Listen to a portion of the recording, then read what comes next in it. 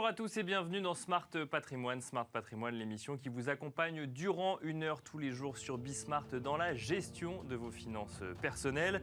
Au sommaire de cette édition, nous commencerons comme tous les jours avec patrimoine thématique. Un patrimoine thématique consacré tous les vendredis à l'investissement dans l'art. Nous retrouverons d'ailleurs, comme toutes les semaines, Sybille Aoudjan, journaliste spécialisée dans l'art, justement au sein de la rédaction de Bismart, avant de recevoir Judith Schoeffel de Fabry, présidente de la Compagnie nationale des experts, afin de nous poser justement la question du rôle des experts lorsque l'on veut investir dans l'art. Et ensuite, dans Enjeux patrimoine, nous ferons un focus sur l'épargne salariale avec Catherine Pays-Lenic, directrice générale d'Epsens. Nous nous demanderons quelles sont toutes les questions à se poser donc dans la gestion de son épargne salariale.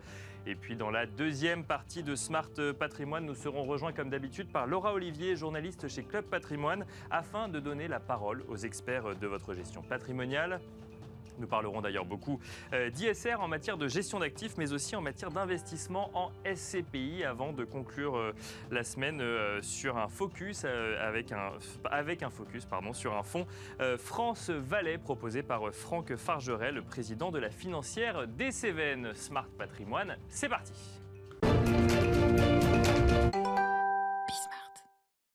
Patrimoine thématique tous les vendredis, c'est consacré donc à l'investissement dans l'art. On a d'ailleurs appelé ça l'art à la une. Et c'est avec Sybille Aoudjan, journaliste spécialisée dans le monde de l'art au sein de la rédaction de Bismart. Bonjour Sybille. Bonjour Nicolas. Et on commence avec les actus. Donc qu'est-ce qui s'est passé cette semaine dans le monde de l'art, Sybille ? Alors forcément, cette semaine, c'était le grand retour d'Art Basel, habituellement organisé en juin. La foire s'est donc organisée cette année en septembre à cause de la Covid. C'est la plus grande foire d'art moderne et d'art contemporain au monde, avec des œuvres allant de 1945 à nos jours. Alors les 4 premiers jours étaient destinés aux VIP en preview et aujourd'hui, cela s'ouvre au grand public avec un modèle hybride, car des œuvres sont présentes forcément à Bâle, mais aussi sur le site internet avec des expositions numériques. Et cela semble bien fonctionner, car The Art Newspaper indique que les marchands ont signalé des ventes stables dès le premier jour de la foire, et puis les acheteurs européens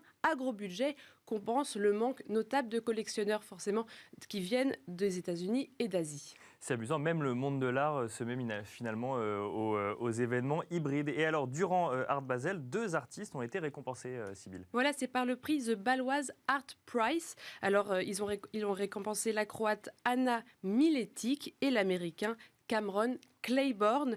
Anna Miletic travaille surtout le textile, qui est une matière plutôt en vogue en ce moment. Et c'était d'ailleurs assez présent à Art Paris il y a 2 semaines. Et Cameron Claiborne, lui, travaille des œuvres très texturées, des sortes de grands cocons avec des perles de cheveux, du papier, du stuc et même des câbles métalliques. Alors, les 2 artistes ont reçu le prix de 30 000 francs suisses, mais aussi leurs œuvres ont été acquises par la Baloise, qui va ensuite exposer leurs œuvres dans les deux grands musées européens, la Hamburger Bahnhof à Berlin et le MUDAM à Luxembourg.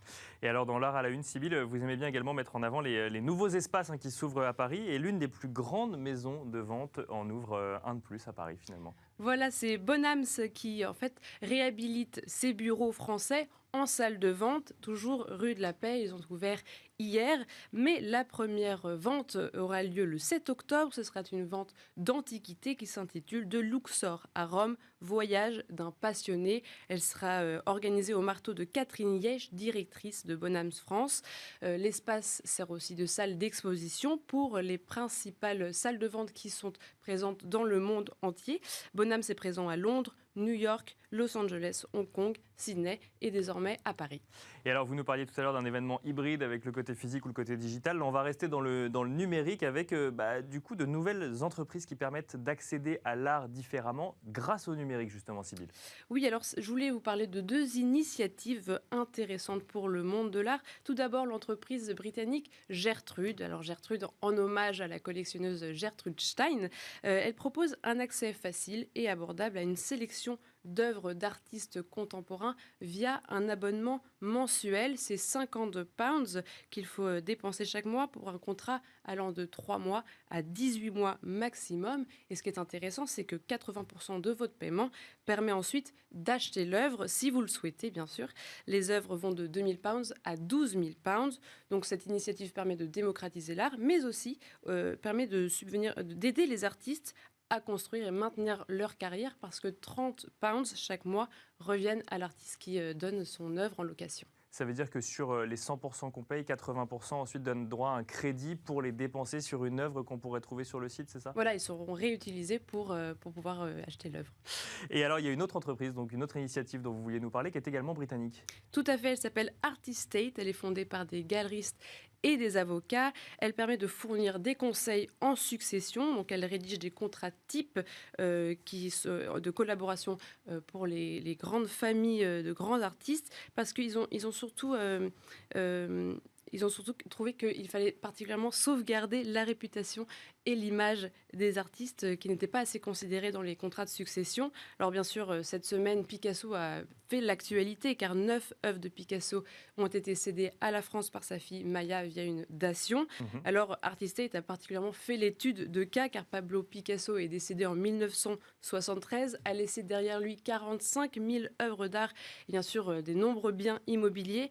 L'absence de testament a amené les 7 héritiers à en rentrer dans un litige qui leur a coûté énormément de temps et d'argent, 6 ans, 60 réunions et 30 millions de dollars en frais juridiques pour parvenir à un règlement. On imagine un véritable casse-tête, 45 000 œuvres d'art, c'est énorme. C'est énorme. Merci beaucoup Sybille Aoudjan pour l'art à la une, donc les actualités du monde de l'art cette semaine. Et on enchaîne à présent avec un sujet qui vous touche particulièrement quand vous souhaitez investir dans le monde de l'art. C'est à qui faire confiance et comment trouver un prix. Il y a des experts pour cela qui vont déjà déterminer si une œuvre appartient réellement ou si elle a réellement été réalisée par l'artiste en question. Et ensuite pour savoir combien elle coûte, mais il y a également d'autres choses qu'on va regarder. On va en parler avec Judith Schoffel de Fabry, présidente de la Compagnie nationale des experts. Bonjour Judith Schoffel de Fabry. Bonjour. Bienvenue sur ce plateau. Première question très rapide, pourquoi une Compagnie nationale des experts? C'est vrai qu'on a l'habitude de penser que l'expert est toujours indépendant, qu'il travaille seul. Là, ils se réunissent au sein d'une compagnie.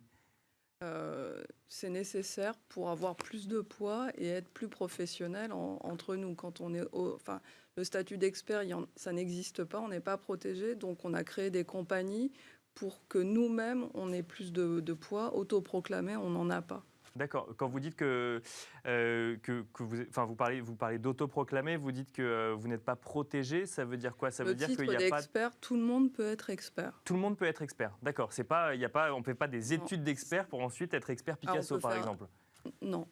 Alors comment justement vous différencier et montrer que vous avez une expertise qui est importante à apporter à une œuvre d'art? Justement, en étant affilié à une compagnie, mais avant ça, il faut de l'expérience, un travail sur Picasso, par exemple, pendant au moins une dizaine d'années avec des choses qui font référence. Et là, on va pouvoir rentrer dans une des 4 compagnies principales qui ont du poids et qui sont reconnues. Donc vous êtes sélectionné par la compagnie? Vous postulez et vous êtes accepté ou pas. Si je comprends bien, ça veut dire que c'est la reconnaissance des autres experts qui va vous conférer cette légitimité en tant qu'expert. Des autres experts ou des musées ou de ce qu'on a pu faire. C'est pas que les études, c'est effectivement l'expérience qu'on a acquise et la compétence surtout. Un travail de longue haleine. Oui. Et donc en ce moment, le Salon international du livre rare et de l'objet d'art a lieu. Et vous vouliez proposer un label justement pour vous donner un peu plus de poids. Alors, ça, c'est quelque chose qu'on essaye d'élaborer avec les 4 principales compagnies d'experts qui sont la CEA, la CNE, la CNES et la FNEPSA. D'accord, donc 4 organisations finalement qui regroupent des experts avec des spécificités différentes. On est 548, on a tous... il y a beaucoup de libraires parce que le livre est multiple et après il y a toutes sortes d'antiquités et on est regroupés dans dans les 4 principales.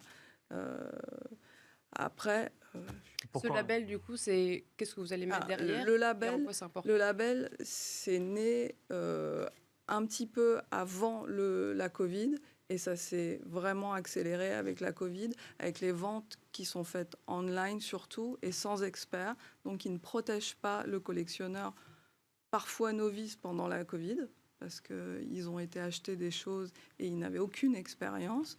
Et pour ceux qui connaissent moins, parce qu'il y a des collectionneurs qui connaissent très bien.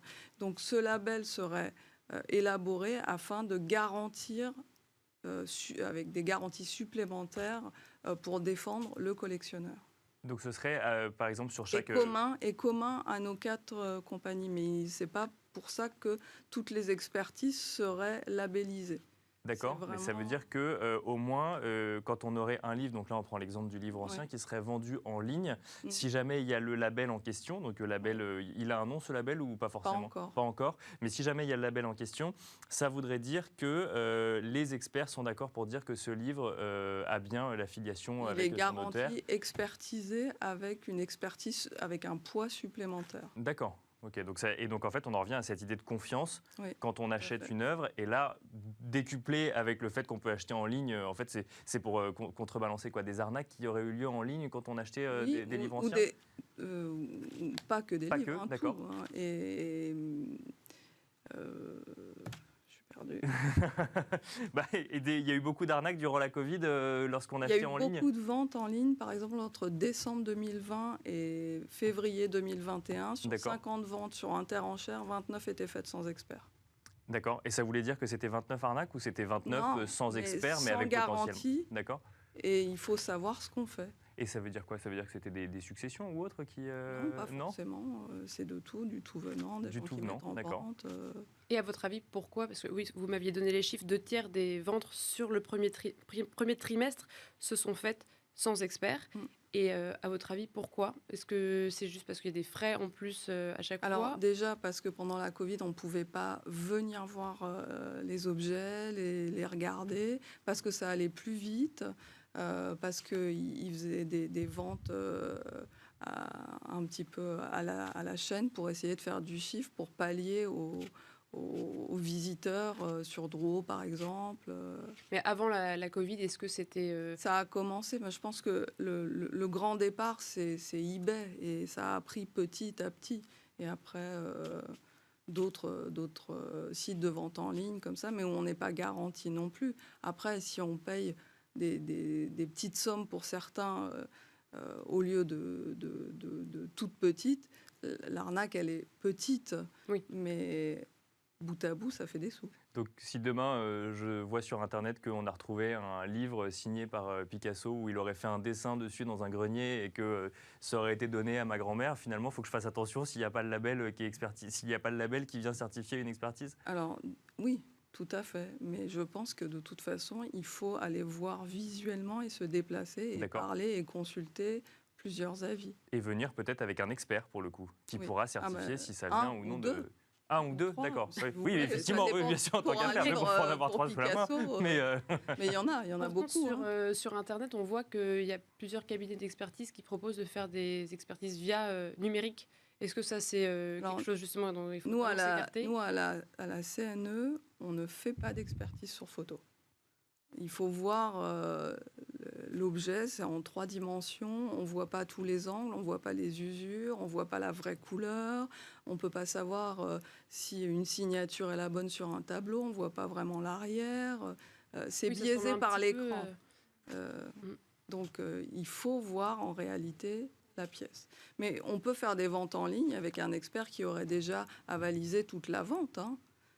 Mais il y a beaucoup trop de ventes les ventes aux enchères font ça pour le coup. Les maisons de vente aux enchères, pas toutes. Parce d'accord. Que les 29 sur 50, elles n'avaient pas d'expert. Et c'était des maisons de vente aux enchères, c'était pas des particuliers. Non, c'était sur Interenchères. D'accord. Okay. Mais si un particulier ou un galeriste ne se tourne pas vers un expert, est-ce que c'est à cause des frais engendrés ou ce serait juste par manque de pédagogie ?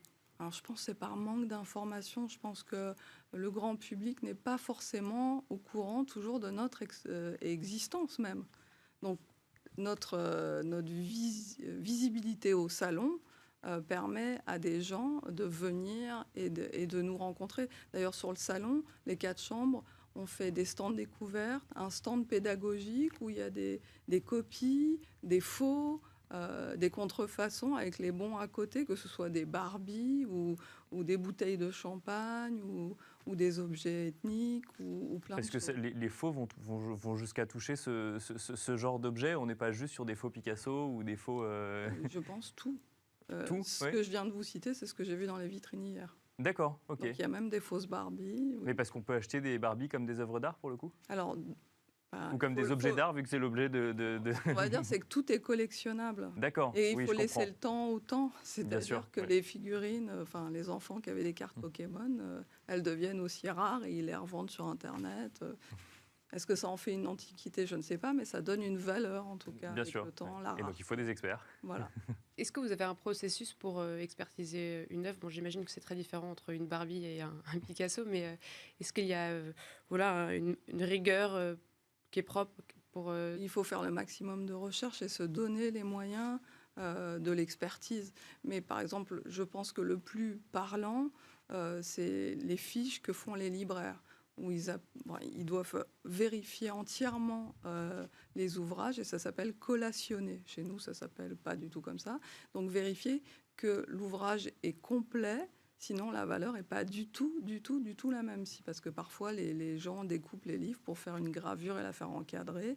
Et je vous ai amené la fiche d'une libraire qui a un très beau livre sur les roses du XVIIIe siècle. Ça, c'est une fiche de collationnée pour cet ouvrage-là. Et c'est très, très, très détaillé. Donc ça veut dire tout ce qu'il y a dans le livre et ça vient certifier que le livre est l'état. complet. Alors, L'état du livre, d'accord. parce que comme ce sont des multiples, les livres, il faut vérifier s'il y a 702 pages, qu'il y a bien 702 pages, Bien sûr. l'état des pages, qu'il y a tous les illustrations, que tout est complet. Et vous L'état de la reliure. vous parliez de valeur. Est-ce que c'est l'expert qui donne une valeur à l'objet? On donne une échelle de valeur. Il y a une échelle haute et une échelle basse, évidemment. Et au milieu, mais après, en vente aux enchères, on sait bien qu'il faut, à un moment T, au moins 2 acheteurs pour que les prix montent et qu'ils soient là au bon moment. Et finalement, c'est la volonté et les acheteurs qui vont fixer le prix final. Il y a quand même un prix moyen qui existe. Un prix en tout cas indicatif et moyen Voilà. donné par un expert. Merci beaucoup Judith Schoffel de Fabry. On comprend effectivement que pour naviguer dans ce monde de l'art, il faut quand même être accompagné, que ce soit vis-à-vis des arnaques ou vis-à-vis tout simplement de la valeur qu'on peut vouloir donner à une œuvre. Judith Schoffel de Fabry, je rappelle que vous êtes présidente de la Compagnie nationale des experts. Merci également Sybille Aoudjan, journaliste spécialisée sur les questions d'art au sein de la rédaction de Bismart. On se retrouve la semaine prochaine pour un nouveau numéro de l'art à la une. Et quant à vous, on se retrouve tout de suite dans Enjeu patrimoine. Et c'est parti à présent pour Enjeu patrimoine où nous allons nous poser ensemble toutes les questions en lien avec la gestion de votre épargne salariale. Pour en parler, j'ai le plaisir de recevoir Catherine Pays-Lenic, directrice générale d'Epsens. Bonjour Catherine Pays-Lenic. Bonjour. Bienvenue sur ce plateau. Alors l'épargne salariale... ça ne concerne pas tout le monde aujourd'hui, ça concerne surtout les grosses entreprises, mais il y a une volonté gouvernementale de développer et de démocratiser cette épargne salariale vers les petites, moyennes ou entreprises de taille intermédiaire. Si on résume ça très grossièrement, c'est cette idée pour l'entreprise de redistribuer une partie de ses bénéfices via de l'intéressement ou de la participation. Et alors la question qui va se poser ensuite au niveau du salarié, c'est qu'est-ce que je fais de cet argent? Est-ce que je le touche ou est-ce que je le réinvestis dans l'entreprise? C'est grossièrement bien résumé le mécanisme? Oui, grossièrement. Oui, grossièrement, tout à fait. Alors, je rebondis juste sur votre première phrase, à savoir qu'effectivement, les pouvoirs publics, grâce notamment à 2 ambassadeurs qui ont sillonné un peu toutes les régions de France, ont la volonté que les PME, les TPE également mettent en place ce partage de la Bien sûr, valeur oui. que permet l'épargne salariale. Donc, au-delà des très grandes entreprises et des ETI, qui effectivement sont quasiment toutes dotées aujourd'hui d'un dispositif d'épargne salariale. Parce que c'est obligatoire, passer à un certain nombre de salariés. Voilà, exactement. L'objectif, c'est maintenant que les TPE, les PME, avec notamment l'abandon du forfait social, donc de charges qui pesaient sur les entreprises, donc de moins de 50 salariés pour toutes et de moins de 250 salariés pour les versements d'intéressement depuis le 1er janvier 2019. Donc tout ça, c'est gratuit pour les entreprises. C'est une pression forte, effectivement, à faire ce partage de la valeur au niveau collectif. Donc, j'en reviens à votre question. Un épargnant, s'il a besoin de cet argent, effectivement, il peut en disposer. Bien sûr, disposer de sa participation et ou de son intéressement au moment où la prime est versée, généralement d'ailleurs abondée par l'employeur. D'accord. Ce qui fait donc une épargne d'autant plus importante. Même lorsqu'elle est versée, du coup? Bien sûr, l'employeur choisit très généralement d'abonder la participation et l'intéressement, de faire un abondement unilatéral D'accord. qui peut être tout à fait significatif. Alors, qui fait une abondement, épargne supplémentaire. C'est un don, en quelque sûr. sorte, de l'employeur. abondement, c'est qu'on va multiplier... On va donner de l'argent en plus D'accord. des versements que fera l'épargnant. D'accord, Donc ça, c'est ok. tout à fait positif. Après, on a besoin de son argent. Eh bien, évidemment, on peut en disposer. Oui, alors c'est ça. C'est juste que, pardon, il faut revenir là-dessus. Quand on parle d'abondement, c'est quand on a le choix entre toucher la prime et donc en fait elle nous est versée au même titre qu'un salaire. Absolument. Là on a mettons que la prime soit si voilà. on Alors on va parler de ce premier cas d'abord. C'est qu'on touche mettons 100 €, Oui. on est fiscalisé au même titre que C'est comme un revenu. C'est comme un revenu. Absolument. D'accord. Et on le touche et voilà, ça nous fait une petite prime sur notre salaire. Voilà, tout à fait. Deuxième possibilité, je réinvestis dans l'entreprise et c'est là où l'abondement rentre en compte, c'est ça? Non, c'est pas un réinvestissement. Quand on dit on réinvestit dans l'entreprise, c'est si vous avez des plans d'actionnariat salarié qui effectivement se sont multipliés dans les grandes entreprises, où vous investissez dans ce qu'on appelle, un terme un peu barbare, un fonds commun placement multi-entreprise. D'accord. Entreprise, pardon, dans l'actionnariat salarié, donc dans la valeur, dans l'action de l'entreprise. D'accord. Qui soit est coté en bourse, soit ne l'est pas, et dont la valeur a été calculée à dire d'experts. Bien sûr. Oui, oui. Donc ça, c'est donc l'entreprise a une valeur que et l'entreprise on met en investit. place. Mais il y a aussi beaucoup encore d'entreprises qui n'ont pas ces plans d'actionnariat salarié, mais qui proposent ce qu'on appelle donc des fonds communs de placement multi-entreprises, avec toute une série de ce qu'on appelle rendement-risque, niveau de rendement-risque possible. Bien sûr, d'accord. Oui, parce que là, vu qu'on peut choisir en fait entre différentes entreprises ou différents supports d'investissement, on peut aller sur de l'obligataire, par exemple. Alors, vous me dites. l'entreprise, c'est à l'entreprise en fait de définir avec son teneur de compte, donc par exemple avec Epsens, les fonds communs de placement entreprise qu'elle va mettre à disposition de ses employés, de ses collaborateurs, et très généralement, elle en prend 5, 6 qui sont sur toute cette gamme, en gros, de rendement risque. Donc on part du monétaire, dont dans l'esprit des gens, c'est on préserve son épargne. Le capital, mais on n'a pas de rendement. Les taux du marché monétaire sont négatifs depuis 5 ans. Donc on le préserve. On le préserve. Non, on le préserve pas. On en perd un petit peu au passage. Oui, bien sûr. Il faut savoir d'ailleurs qu'on a lancé une enquête récemment où 23% des Français estiment que pour préserver leur pouvoir d'achat, il faut des rendements de 2%. Clairement, on n'est pas avec le taux du marché monétaire. Bon, mais enfin, si on veut acheter une résidence principale dans 3 mois, il vaut certainement mieux aller là-dessus où on a moins de risques. Bien sûr.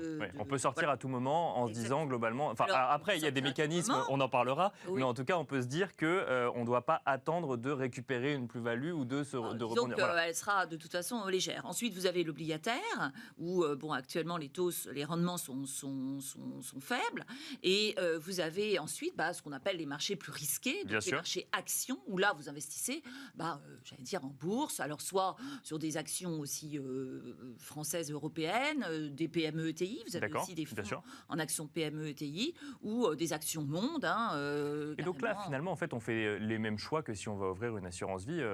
Alors, oui, mais alors là aussi, petit résultat de notre enquête, en fait, on s'aperçoit que 52% des Français prennent plus de risques dans leur épargne salariale, avec leur épargne salariale, que dans d'autres placements qu'ils ont. Là, pourquoi? Ils sont 32%. Parce que c'est du bonus ou non, parce que c'est du moyen long terme. Parce que normalement, effectivement, pour être défiscalisé, donc ne pas payer d'impôts, vous devez garder cette épargne au moins 5 ans.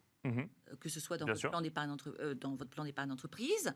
Voilà, parce que vous nous avez parlé de fonds, c'est ce qu'on appelle, pour côté salarié, c'est le plan épargne entreprise qui va être ensuite investi sur les fameux fonds dont vous nous parliez. D'accord, vous avez tout compris. C'est bon, c'est clair. Le plan d'épargne entreprise et ou PERCO, Le PERCO, c'est le fameux plan d'épargne, en gros, retraite collective. Bien sûr, ouais. Donc, qui est quelque part le complément de retraite que peut se constituer si l'entreprise en a un. Mais elles en ont de plus en plus. Les encours de PERCO progressent beaucoup. Donc, le salarié peut se constituer parce qu'on sait bien tous que le revenu de remplacement à la retraite, avec la retraite de base et la retraite complémentaire, ça ne va pas... On est de moins en moins misé dessus quand même. Voilà. Donc cette retraite, ce PERCO est débloquable à la retraite. Et depuis la loi Pacte aussi, au moment de l'achat d'une résidence principale, si on le souhaite. Ouais. Donc c'est pas totalement bloqué. C'est le seul moment, si on veut le débloquer avant la retraite. 2 ou 3 on imagine qu'il y a des gros moments de vie comme... les gros moments de vie, c'est plutôt sur votre plan d'épargne entreprise. D'accord. Là, vous avez un 3e enfant, vous avez des équipements à faire. Un mariage ou autre, ça peut... un divorce plutôt. Il y a des événements heureux et des événements moins heureux. Ils sont tous les deux pris en compte, effectivement. Voilà, mais ils sont pris en compte. Donc, vous avez donc des cas qui sont régulés, réglementés pour le plan d'épargne d'entreprise et pour le PERCO. Mais le PERCO, clairement, c'est pour la retraite. Et alors, ce qu'il ne faut pas non plus oublier, c'est que quand des entreprises ont des comptes épargne-temps, bien sûr. Vous savez, vous ne pouvez pas prendre tous vos congés, vous en mettez dans votre compte épargne-temps. Vous pouvez mettre sur votre PERCO 10 jours par an, correspondant à la 5e semaine de congés payés. Il n'est pas question de toucher aux 4 premières. Et ou à des RTT que vous avez. Et donc là, ça veut dire qu'on transforme automatiquement les vacances qu'on n'a pas prises en argent qu'on investit sur le PERCO ou le plan épargne retraite. C'est que le PERCO ou le plan épargne retraite également? C'est le PERCO. Uniquement le PERCO, d'accord. Oui, voilà. Et donc là, vu qu'on est sur des horizons de placement beaucoup plus longs, puisque évidemment on attend la retraite, ou alors le plan épargne entreprise, on ne peut pas en sortir quand on veut, donc ça reste du moyen terme au minimum. Exactement. Là, les gens du coup prennent plus de risques dans l'investissement. Ils en prennent plus, toutes choses égales par ailleurs. 52% prennent plus de risques, ça ne veut pas dire, ils prennent des risques quand même modérés. Après, tout va dépendre aussi de votre profil. Si dans la vie, vous êtes quelqu'un d'un naturel très prudent, il est rare que... d'un coup d'un seul, vous vous mettiez à aller sur les actifs les plus risqués. En revanche, donc tout dépend de vos projets, de votre profil. C'est j'allais dire, une savante combinaison des deux qui doit vous permettre de définir votre allocation de placement. Enfin, je pense que c'est comme ça qu'il faut réfléchir. Rapidement, vous nous avez parlé de la fiscalité. Si je reviens au schéma initial, j'ai cette fameuse prime. Si je la touche directement, donc j'ai une fiscalité dessus. Si je la réinvestis, donc ou si je la place, on va plutôt dire si je la place. Là, il n'y a pas de fiscalité dessus puisque ça n'est pas un salaire. Non, tout à fait. Vous n'avez pas d'impôt qui sera à payer sur cette épargne. Et lorsque j'achète une résidence principale et que du coup j'ai la possibilité de faire sortir cet argent-là... De la même façon. C'est de la même façon. C'est un cas de déblocage anticipé. Donc il n'y a pas de fiscalité. Non plus. Et alors, ce fameux abondement dont vous nous parliez, alors cet abondement, donc, là, c'est selon les entreprises. D'accord, c'est pas quelque chose de généralisé. Non, c'est pas généralisé. Ceci peut expliquer aussi, quand vous avez de l'abondement, que vous soyez moins préoccupé par votre rendement. D'accord. Donc, du coup, que vous preniez plus de risques. Parce que quelque part, vous vous dites, eh bien, mon employeur, de toute façon, il a mis de l'argent, donc c'est un petit... Oui, il y a un petit effet de levier qui peut potentiellement... Ça peut jouer. Et certaines entreprises, d'ailleurs, nous disent que l'abondement, c'est quelque chose évidemment de très positif, qu'attendent beaucoup les salariés, mais qui peut avoir quelque part ce petit biais qui fait que du coup le salarié ne réfléchit pas trop à la destination de ses placements. Et alors pour conclure, Catherine Pays-Lenic, très rapidement, Epsens suit ces sujets-là de très près et vous avez publié une étude, je crois, il n'y a pas longtemps, qui montre que l'épargne salariale, une majorité de Français connaît, mais alors le mécanisme en détail, là c'est beaucoup plus compliqué. Exactement. Et d'où le fait que, et c'est ce qu'on essaye de faire, et c'est pour ça que je me suis levée tôt ce matin, pour venir nous voir. Il faut faire beaucoup de pédagogie. Donc, vis-à-vis, j'allais dire, des DRH, des personnes qui sont nos interlocuteurs directs, bien sûr, mais également aider ceux-ci dans l'information, dans la communication qu'ils donnent à leurs salariés. Bien sûr. Parce qu'un DRH, il a plein de sujets à traiter. C'est pas le tout que le mécanisme soit là, il faut ensuite qu'il soit utilisé. Voilà, tout à fait. Donc il faut lui préparer ce qu'on appelle des foires aux questions, en quelque sorte, qu'il va pouvoir soit gérer lui-même, soit qu'on l'aide à mener. On l'accompagne aussi sur ces sites pour répondre aussi aux questions des collaborateurs. Merci beaucoup Catherine Pays-Lenic. C'est beaucoup plus clair du coup tout de suite ces mécanismes d'épargne salariale. Je rappelle que vous êtes directrice générale d'Epsens. Quant à vous, je vous propose de nous retrouver tout de suite dans la deuxième partie de Smart Patrimoine.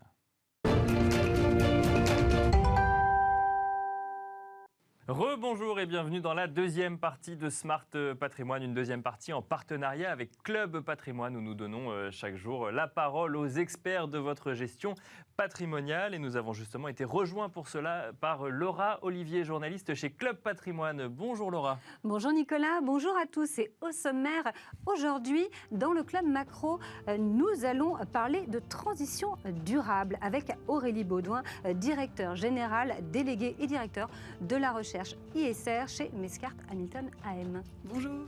Et l'ISR, c'est un sujet qui nous animera toujours dans le Club Action, mais cette fois-ci, on en parlera via le prisme des SCPI. L'ISR a-t-il sa place dans ce placement? Nous en parlerons avec Romain Calbert, directeur des partenariats chez Atlante Voisin.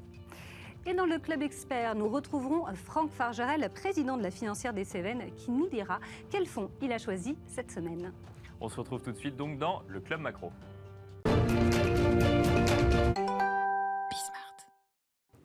Et merci de regarder le Club Macro. Notre invitée aujourd'hui est Aurélie Baudouin. Bonjour Aurélie. Bonjour, bienvenue. Merci. Vous êtes directeur général délégué et également directeur de la recherche ISR chez Mescart Hamilton Absolument. AM. On va parler d'investissement socialement responsable ensemble. Comment investir dans la transition durable? On va regarder avec vous dans quelle thématique investir, quel type d'activité favorise justement cette transition durable et quelles solutions vous avez identifiées? Eh bien, alors, dans la transition durable, il y a une multitude de thématiques. On a d'abord la transition énergétique, mais on peut aller plus loin. Il y a une transition écologique et sociale qu'on peut prendre en compte. Dans la transition énergétique, évidemment, il y a l'enjeu des émissions de CO2 qu'il faut absolument réduire. Donc, on peut regarder tout ce qui relève de l'efficacité énergétique, la mobilité durable, par exemple, l'isolation des bâtiments aussi, et puis le développement de nouvelles énergies, renouvelables notamment, et alternatives. Il y a tout ce qui relève évidemment aussi des véhicules électriques, de l'hydrogène, etc. Et dans la transition plus écologique, il y a l'enjeu de la préservation de la biodiversité marine et biodiversité terrestre, tout ce qui relève de la préservation du capital naturel. Il y a un lien entre les deux quand même, puisque du coup la transition énergétique a normalement pour effet de préserver aussi la biodiversité. Tout à fait. Il y a de vrais liens entre les deux.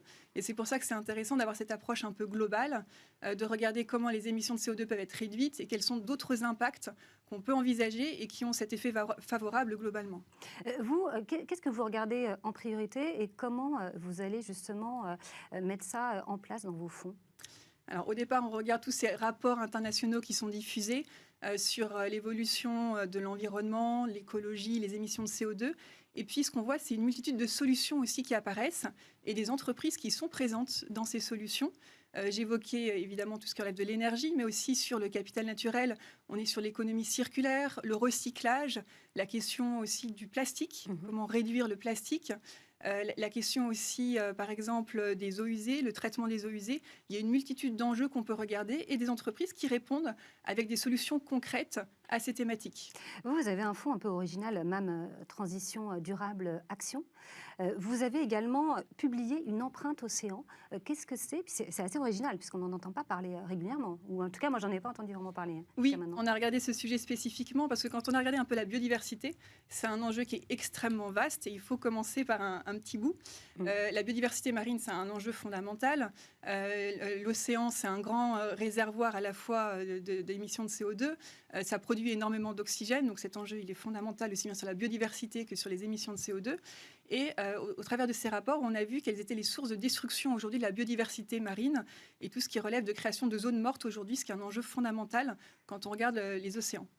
Et on a pu identifier des activités qui avaient un impact concret pour réduire ces sources de destruction de la biodiversité marine. D'accord. Quelles sont les spécificités du fonds du coup ? Alors, le fonds investit aussi bien sur des grandes entreprises que des toutes petites. Certaines viennent d'être introduites en bourse et qui répondent dans leur modèle économique à un enjeu spécifique.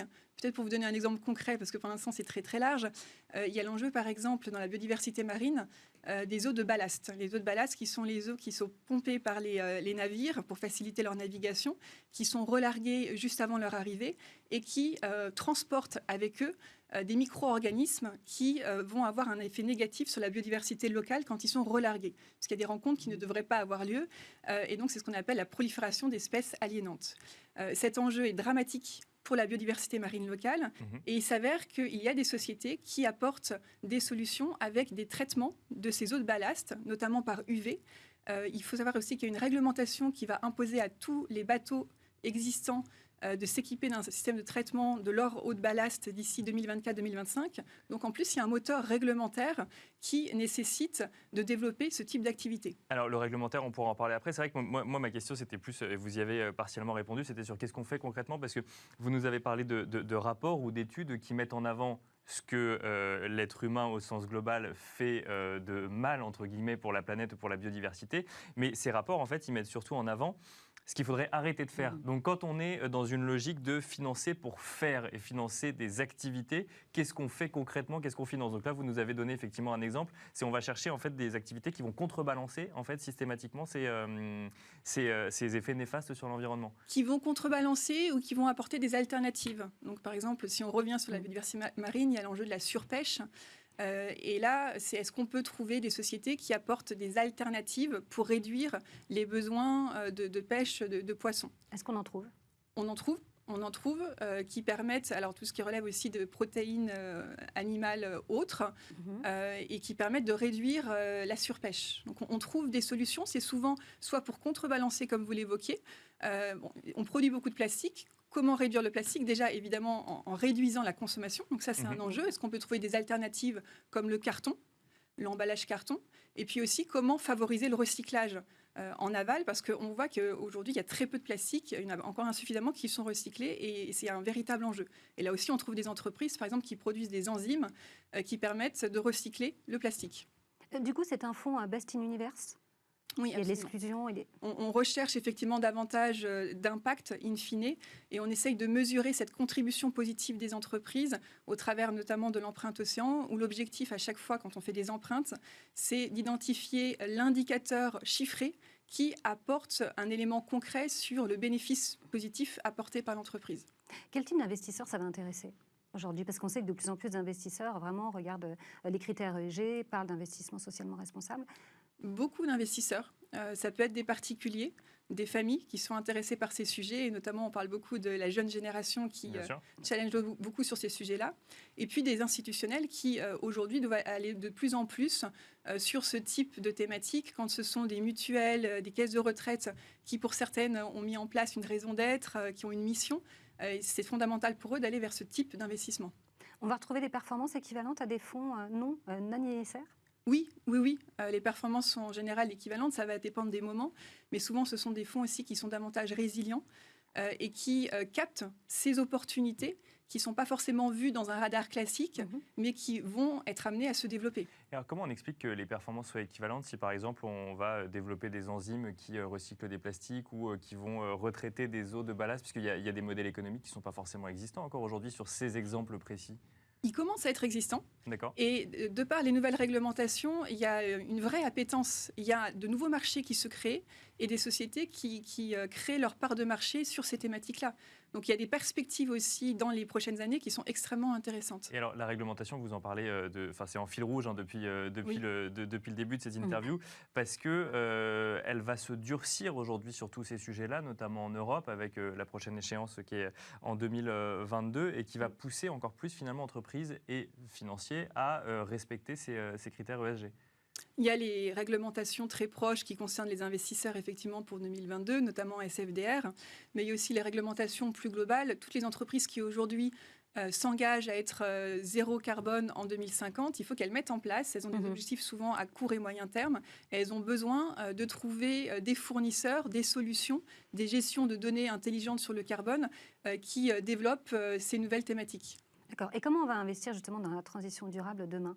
Parce que là, aujourd'hui, on a une petite idée, mais dans, je sais pas, 10 ans, 20 ans. Alors, c'est compliqué de répondre à cette question. Quels seront les enjeux dans 10 ans, 20 ans aussi? Ce qu'on voit en tout cas, c'est qu'il y a une énorme innovation sur ces thématiques. On voit apparaître aujourd'hui des entreprises qu'on n'envisageait pas il y a quelques années. Donc, il y a cette émulation qui permet, notamment au travers des entreprises qui sont actuellement introduites en bourse, d'aller toujours plus loin sur cette thématique et de trouver de nouvelles solutions. Quand on parle de mobilité durable, on voit que c'est un enjeu fondamental. Il y a beaucoup de développements. J'évoquais l'hydrogène, les batteries électriques, donc la question des semi-conducteurs. Tout ça se développe extrêmement vite et je pense qu'il y a encore de belles choses qui peuvent arriver dans l'avenir sur ces thématiques. Est-ce que, alors c'est une question un peu plus générale que la stratégie de Mesquart Hamilton, mais là aujourd'hui on parle de financer des alternatives. Est-ce qu'on pourrait aussi envisager d'arrêter de financer des choses polluantes ? Alors, vous avez tout à fait raison. L'autre enjeu, c'est de voir les entreprises déjà qui sont carbo-intensives, qui émettent beaucoup de CO2, pour qu'elles réduisent leurs émissions. Ça, c'est un enjeu fondamental pour arriver à respecter les accords de Paris. Et nous, ce qu'on va regarder, ce sont dans ces activités qui sont très émettrices de CO2, notamment tout ce qui relève de services aux collectivités, gestion de l'eau, traitement des déchets. C'est extrêmement émetteur de CO2. On en a besoin pour autant. Bien sûr. Et donc, ce qu'il faut voir, c'est comment les entreprises de ce secteur, évidemment tout ce qui relève de l'énergie aussi, fossile, vont mettre en place des objectifs de réduction des émissions de CO2, notamment d'évolution de leur mix énergétique, pour les accompagner dans cette réduction, pour être alignés avec les accords de Paris. D'accord, donc plutôt de dire vous êtes un bon ou un mauvais élève, c'est comment est-ce que vous devenez un bon élève finalement. Voilà. Parce Quels que sont les si objectifs vous voulez des financements, comment est-ce que vous devenez un bon élève quoi. Comment vous serez dans 10 ans, dans 20 ans par rapport à cette thématique? Quelles sont vos perspectives d'émissions de CO2 dans 10 ans? Et est-ce que c'est aligné avec cette trajectoire qui permet de ne pas trop augmenter le réchauffement climatique? Merci beaucoup Aurélie Baudouin d'avoir été avec nous. Je rappelle que vous êtes directeur général délégué et directeur de la recherche ISR chez Mesquart Hamilton. Merci beaucoup. On se retrouve tout de suite dans le Club Action. Et c'est parti à présent pour le Club Action. Le Club Action où on va parler d'ISR tout de suite, mais dans une autre thématique d'investissement, on va en parler dans les SCPI. L'ISR a-t-il sa place dans ce placement? Nous en parlons avec Romain Calbert, directeur des partenariats chez Atlante Voisin. Bonjour Romain Calbert. Bonjour. Bienvenue sur ce plateau. Alors c'est vrai que l'ISR, on en parle souvent quand il s'agit de financer des entreprises. On se pose la question de savoir si on va financer les mauvais élèves et au contraire si on ne va pas financer plutôt les bons élèves ou trouver de nouvelles alternatives, on en parlait juste avant.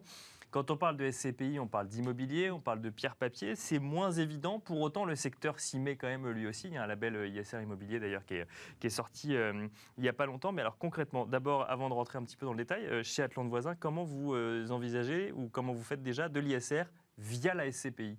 Alors, déjà, ce qui est intéressant de rappeler, c'est que c'est un label qui est relativement récent sur les SCPI. Finalement, c'est vrai que l'ISR, on connaissait sur les fonds, on le connaissait moins sur les SR, mais c'est parce qu'il n'existait pas encore. Il existe depuis environ 2 ans maintenant. Et finalement, pour nous, chez Atlante Voisin, il y a eu tout un travail sur les actifs, en fait, sur les actifs et avec nos locataires. Il faut savoir que sur notre SCPI phare Épargne-Pierre, on a plus de 500 locataires. Donc, il a fallu faire remonter des informations, avoir accès à des informations, justement pour pouvoir mesurer les actifs et ensuite donner une trajectoire sur ces mêmes actifs. Et alors concrètement, qu'est-ce que ces informations qu'il fallait faire remonter, qu'est-ce que ça change quand on est gérant de SCPI? Si on veut faire de l'ISR, on va regarder quoi? Qu'est-ce qu'on va faire?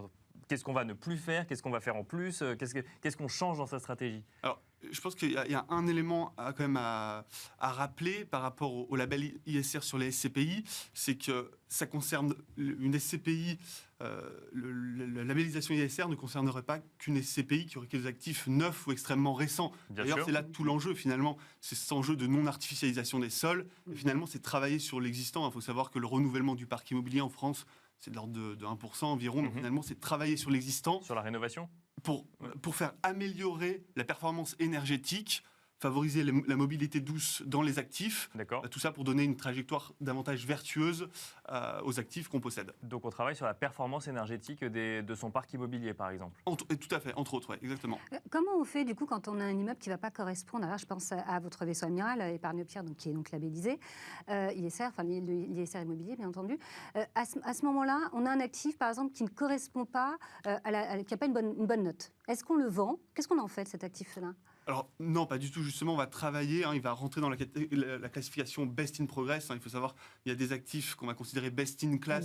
Finalement, on ne les touche pas. L'objectif, c'est de maintenir leur performance énergétique. En revanche, pour les autres, les best in progress, c'est leur donner une trajectoire dans l'objectif de les améliorer, d'améliorer leur performance énergétique.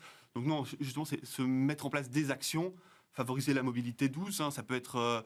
c'est des choses très, très pratiques, mais mettre en place un local à vélo pour favoriser la mobilité douce, mettre en place des bornes de recharge électrique, ce genre de choses tout simplement pour améliorer à la fois l'actif et donc le confort du locataire. D'accord, donc en fait on sort de l'immeuble, mais on va sur favoriser les usages en fait des habitants de l'immeuble. Aussi, également aussi. Et Épargne-Pierre, ça existe depuis combien de temps? Donc là, en fait, je rappelle, vous avez 3 fonds. Là, on fait un focus plus sur Épargne-Pierre, puisque c'est celui qui a le label ISR. Du coup, Épargne-Pierre est antérieur au fait d'avoir reçu le label ISR. Ça existe depuis combien de temps? Tout à fait. En fait, Athlon Voisin, nous, on gère des SCPI depuis 1968 et Épargne-Pierre, elle existe depuis 2013. Donc, en effet, on avait acheté des actifs antérieurement à la labellisation, à l'existence du label ISR. Et alors, quand on obtient le label ISR, ça veut dire que ça y est, on est ISO vis-à-vis de toutes les normes ISR, ou ça montre qu'on a fait la démarche, mais que tous les immeubles ne sont pas encore arrivés au stade où le label ISR voudrait nous emmener? Non, ça veut dire qu'on a fait ce travail sur nos actifs, en fait, de remonter d'informations, parce que c'est tout l'enjeu finalement. C'est l'information, le sujet. Exactement, c'est voir d'où on part et là où on va arriver finalement. C'est la trajectoire qu'on va pouvoir donner. Mais pour ça, il faut avoir accès à l'information. Et c'est un vrai enjeu parce que finalement, nous, il y a une autre partie prenante, c'est le locataire. Donc, le locataire nous donne ces informations sur les consommations par exemple, énergétiques. est-ce qu'il a du double vitrage ou est-ce qu'il consomme, est-ce que son appartement a plutôt une note énergétique A plutôt que G, c'est ça? Et aussi son niveau de consommation. Mais donc des informations vraiment qu'il va falloir aller chercher, contacter le locataire. Les locataires ne sont pas forcément enclins initialement à donner ces informations. Donc c'est aussi, ce qui est intéressant, c'est que finalement, ça va favoriser le contact avec nos locataires qui sont également nos clients dans le cas d'une SCPI. Mais l'État n'aurait pas mis en place une base de données justement pour récupérer ces consommations énergétiques des locataires et des propriétaires? Alors, aujourd'hui, nous, dans le cadre de la labellisation ISR, ça a été un travail de 18 mois. Et ça a vraiment été un contact direct avec les locataires. D'accord. Autre chose, c'est vrai que les SCPI labellisées, aujourd'hui, on sait qu'elles sont toutes, a priori, best in progress. Est-ce qu'elles pourraient devenir toutes best in class? Est-ce qu'elles pourraient devenir toutes best in class? Dans ce cas-là, il faudrait acheter que des actifs qui ont déjà finalement une certification ISR. Alors, c'est un peu la difficulté. Il y en a aujourd'hui? Et c'est ce que vous évoquiez. Alors, pas à ma connaissance. D'accord. Pourquoi? C'est que finalement, le label ISR est relativement récent. Et donc, finalement, ce serait des actifs qu'on a achetés extrêmement récemment et des actifs neufs ou récents. Et encore une fois, ça revient à l'objectif de la labellisation, c'est travailler sur le parc existant qui représente encore une fois environ 99% du parc immobilier. Donc moi je reviens sur cette idée de si on travaille sur les usages du locataire, quand on est opérateur de SCI, alors effectivement on peut mettre un local à vélo, on peut mettre des bornes électriques, mais si même vous nous parliez derrière de récupérer cette information sur la consommation énergétique, donc en fait la SCPI ne peut faire qu'une partie, finalement ça va dépendre du locataire. Bien sûr, mais c'est aussi, bien entendu, nous on doit favoriser l'usage de l'actif, finalement mettre le locataire dans les meilleures conditions, mais c'est aussi un travail finalement d'explication, d'évangélisation auprès de nos locataires. Pourquoi aujourd'hui vous vous lancez dans l'ISR en SCPI? Parce qu'on sent quand même au niveau des fonds qu'il y a une pression qui est certaine, réglementaire, mais aussi des épargnants.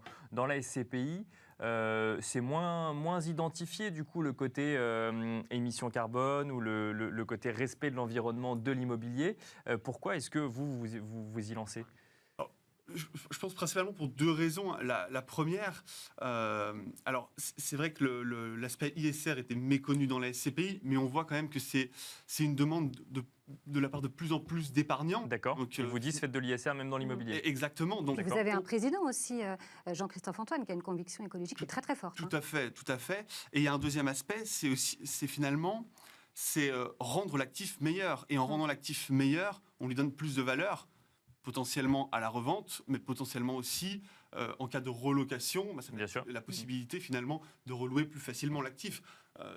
Il y a des normes d'ailleurs énergétiques de plus en plus drastiques sur la location d'actifs qui vont arriver. D'ailleurs, vous êtes diversifié, donc vous faites aussi du particulier, vous faites tout type d'immobilier? Alors non, nous c'est immobilier tertiaire, donc bureaux, commerce, bâtiments d'activité, entrepôts, et vous aussi hôtellerie de plein air. Et vous êtes touché du coup par ces réglementations, ces passoires énergétiques également de la même manière? Alors oui, il faut faire un travail justement pour mesurer les actifs et ça suit finalement la labellisation ISR et c'est emmener nos actifs, de leur donner une bonne trajectoire, finalement une trajectoire davantage vertueuse.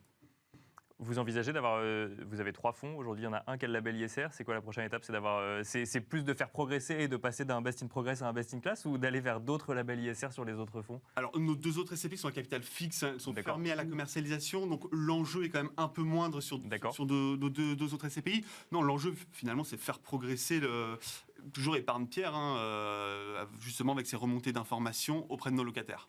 Alors, les SCPI et OPCI labellisés auraient offert l'an dernier un rendement moyen supérieur à celui des fonds traditionnels. Vous, en termes de rendement, vous en étiez à combien? Épargne-pierre, c'est un rendement l'année dernière, donc en 2025-36. On sera dans les mêmes eaux en 2021. Donc... C'était l'objectif de rendement? Alors oui, tout à fait.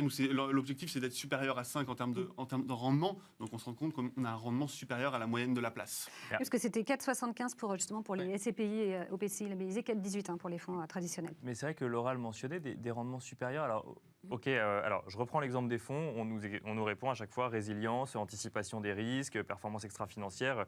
Là, dans l'immobilier, que vous soyez ISR ou pas, ça change le prix, par exemple, de la location ou autre?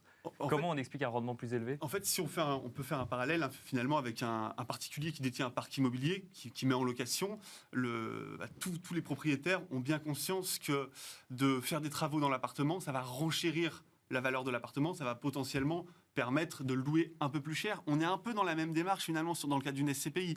Ce travail peut conduire nos actifs à avoir davantage de valeur finalement sur le marché, potentiellement en cas de cession d'un actif et en cas de relocation. Merci beaucoup Romain Calbert de nous avoir expliqué du coup comment l'ISR a sa place dans les SCPI et surtout de quelle manière on le met en place. Romain Calbert, je rappelle que vous êtes directeur des partenariats chez Atlante Voisin. Quant à nous, on se retrouve tout de suite dans le Club Expert.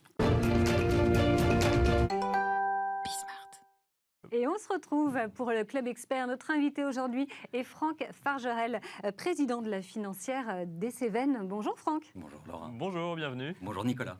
Alors apparemment, vous avez entendu l'appel de la forêt. Oui, exactement. Puisque on va parler du premier investisseur forestier privé, puisque vous avez choisi l'un de ces fonds aujourd'hui. Déjà lequel? Exactement. Et puis, pourquoi investir dans un fonds forestier? Bon, en effet, en tant que financière des Cévennes, je me sentais concerné directement par la forêt. Exactement. En l'occurrence, pourquoi investir dans la forêt? C'est un actif décorrélé des marchés financiers. Je suis bien placé pour savoir que je peux vous conseiller des investissements au bout du monde. Ceci étant, là, on va investir dans les forêts, et en l'occurrence des forêts françaises, mais pas que. Ensuite, ça soutient l'emploi. 425 000 emplois en France, alors en période de campagne, mais ceci étant, c'est je pense, un impact réel.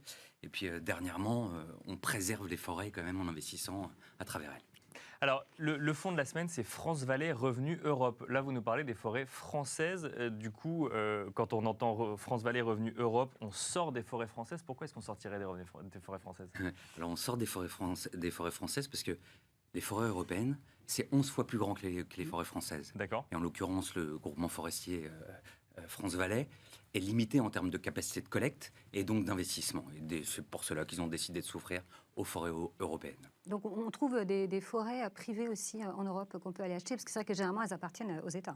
Excellente remarque. En effet, c'est un actif privilégié de la part des États, et il existe quelques pays en effet où les forêts sont encore détenues par des privés. Vers quel pays justement du coup on se tourne avec ce fonds? Alors déjà, comme vous l'avez dit, on se tourne vers des pays où les forêts sont disponibles à l'achat. Oui. Et ensuite, on va rechercher des conditions similaires aux forêts françaises en termes de qualité des sols, d'essence, mais également de sécurisation juridique, parce qu'il faut être sûr que les coupes et le traitement du bois seront faits de bonne manière. Donc en l'occurrence, le fonds se tourne aujourd'hui vers la Roumanie, les Pays-Bas. Pourquoi on cherche des conditions similaires? Parce que la réglementation en France assure que c'est respectueux de l'environnement, et donc on va chercher des conditions similaires ailleurs? En fait, pas simplement pour le respect de l'environnement, on va rechercher des conditions juridiques qui vont permettre au fond de ne pas avoir de problème dans la gestion au quotidien des découpes et de distribution du bois, surtout ça. Parce que le but, c'est quand même de générer un peu de performance. Et justement, est-ce que c'est un placement rentable, les forêts? Alors, si on s'arrête au TRI, non. Bon, merci beaucoup. C'est ça. Hop là. Non. Concrètement, 1% qui est dû principalement à la coupe du bois. Cependant, au même titre que les SCPI, mon voisin d'Atlante est passé juste avant, qui ont une revalorisation des parts, c'est exactement le même principe pour les forêts. L'hectare de bois est revalorisé. En l'occurrence, ça fait 20 ans qu'il est revalorisé de 3% par an. Okay. Donc si on fait un rapide calcul, 3% plus 1% de distribution, on est à peu près à 4% de rendement. Avec toujours un petit facteur risque quand même. Alors, toujours. un petit facteur risque, mais pour moi qui est beaucoup plus limité. Je dis petit parce que petit rendement, hein, donc du coup c'est toujours un couple rendement-risque. Hein, c'est exactement, il y a je pense un très bon parallèle entre les deux. Est-ce qu'il y a d'autres avantages justement à investir dans ce fonds? Oui. Alors malheureusement, contrairement à leur fonds France Valais, il n'est pas éligible à l'abattement Moninchon, qui permet 75% d'abattement sur les droits de succession. Dans les forêts françaises, du coup. Dans les forêts françaises. Le GFI France Valais Patrimoine. Exactement, France Valais Patrimoine. Et là, vous avez en revanche l'avantage de l'investissement IRPME qui vous apporte 25% de réduction. Alors bien sûr, à condition de détenir les parts au moins 5 ans, mais valable pour 50 000 € pour une personne seule, 100 000 € pour un couple. Je vais finir avec un petit compte d'apothicaire. Si on se dit 25% de réduction la première année et qu'on tape sur 10 ans, qui est le délai moyen de détention, donc ça fait 2,5 par an. 2,5 plus 1% de distribution avec la coupe de bois, plus 3% avec la revalorisation de l'hectare, on peut se dire qu'à 5,5% avec la notion de risque, c'est un excellent placement. Ouais, c'est pas garanti, mais c'est en tout cas l'idée le calcul que vous en faites. Vous savez, la seule chose que je connais de garantie sur les marchés, c'est de pouvoir perdre de l'argent. C'est de pouvoir perdre de l'argent, ça au moins on est sûr que ça marche à chaque fois. Rapidement, quand vous échangez avec les épargnants, que vous leur parlez du coup de forêt, c'est quelque chose qu'ils envisagent, ils viennent vous voir en vous disant tiens, j'ai entendu parler de forêt, j'aimerais bien moi aussi investir, ou c'est pas forcément quelque chose d'identifié encore aujourd'hui? Non, c'est pas encore identifié, sauf forcément pour ma clientèle des Cévennes qui est très attachée à la terre. D'accord. En revanche, toute la population relativement urbaine n'a pas forcément conscience. Et puis parce qu'on ne peut pas accéder à une forêt tout seul, c'est 500 000 € minimum le ticket. Donc c'est, je pense... Oui, puis il faut la protéger, il faut l'exploiter, enfin, c'est complexe. C'est un énorme travail. Donc je pense que c'est une thématique qu'il faut mettre en avant et c'est mon choix du jour. Parce que c'est vrai qu'ils font de la forêt, ils font aussi des vignobles, du champagne, terre agricole. Exactement. C'est pas tout, ils font beaucoup d'autres choses chez France Valais. J'espère pour revenir vous parler de champagne. On y compte bien. On espère que vous pourrez revenir parler de champagne. On va rester quand même encore un petit peu sur les forêts. Il nous reste un petit peu de temps. Donc du coup, un rendement qui est pas très élevé, mais en même temps un risque qui est relativement mesuré. Aujourd'hui, la forêt française, elle est essentiellement privée, publique. Vous avez ce type d'information? La forêt des Cévennes, par exemple, elle est plutôt détenue par les gens du coin ou Alors, en France, il y a 3,5 millions de détenteurs de forêt, d'accord, ou de parcelles de forêt. Donc, c'est un marché relativement vigoureux, mais très limité par rapport à l'Europe. Des forêts qui, pardon, excusez-moi, Franck. Ce sont des forêts qui résistent bien, on n'a pas d'incendie, ce type de choses? Alors, en l'occurrence... ça fait peur, et puis l'actualité récente...